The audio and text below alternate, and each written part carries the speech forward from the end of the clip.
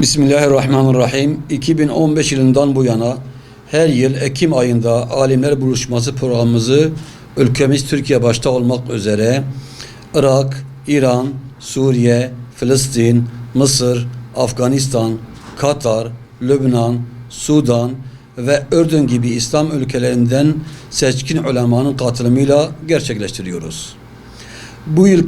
Bu yılki konferansımız 5-6 Ekim 2024 tarihinde Aksa Tufanı, Ümmet ve Ulemanın Mesuliyeti, Ümmetin Onuru Gazze temasıyla Diyarbakır Yenişehir Selahaddin Eyyubi Cami Külliyesi konferans salonunda icra edilecektir.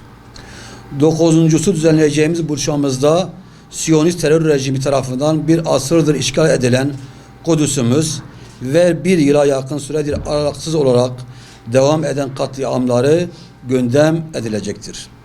Tertip komitemiz tarafından ulema ile yapılan istişareler sonucunda istişareler neticesinde yola çıkılarak Aksa Tufanı etraflıca işlenecek, ümmet ve ulemanın sorumlulukları ortaya konulacak, alimler görüşlerini ve çözüm önerilerini ortaya koyacak, sonuç bildirgesiyle önerilerini kamuoyuyla paylaşacaklardır. Bu vesile ile yapacağımız programın hayırlara vesile olmasını diler, İslam aleminin sorun ve sıkıntılarının çözümüne katkı olmasını Yüce Allah'tan niyaz ederiz.